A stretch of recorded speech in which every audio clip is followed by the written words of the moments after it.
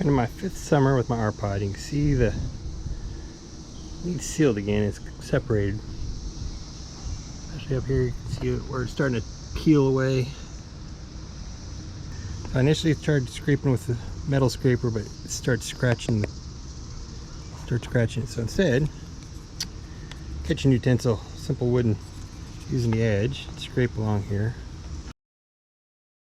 And it's not scratching my RPod. A little more elbow grease to scrape the old away and get it prepped for the new sealant. I only want to go up to here where I want to stop. It turns out it works pretty good with my finger now.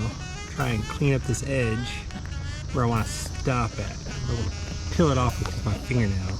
Okay, now down here on the trim work, the decaling stickers works pretty good with just my fingernail as well. Now I'm just hitting it with a rag, some isopropyl alcohol.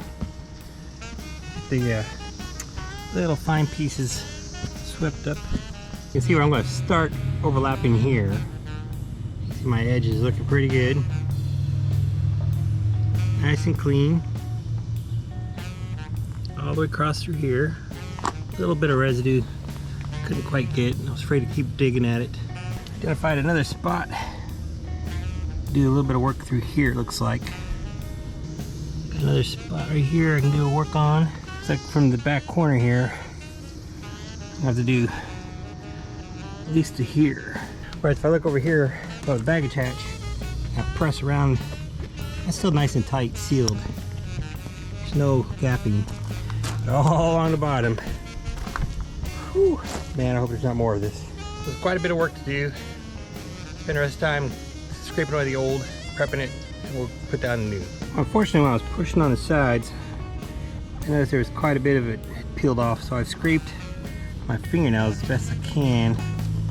I've scraped as best I can with my fingernails, try and get all this old stuff up. So I've cleaned and prepped all the other areas. All that's left to do is put some silicone on it, wipe up any mess I make along the way.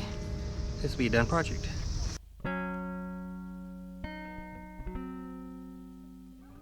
Clearly this takes a practice hand.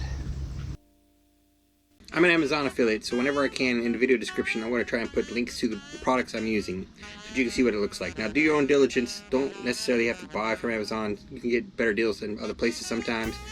But some cases you'll do a lot of traveling to try and find those products, and it might just be easier to just click the link and buy it from Amazon.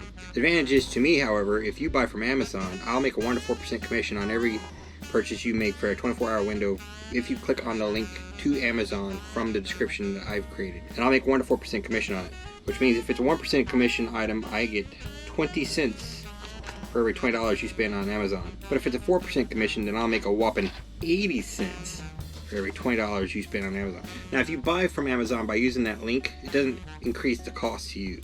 There's nothing to worry about for you. But I'll make a little bit of change for every purchase you make on Amazon. So help me out here. If you find my video useful, give it a thumbs up. If you don't, give it a thumbs down.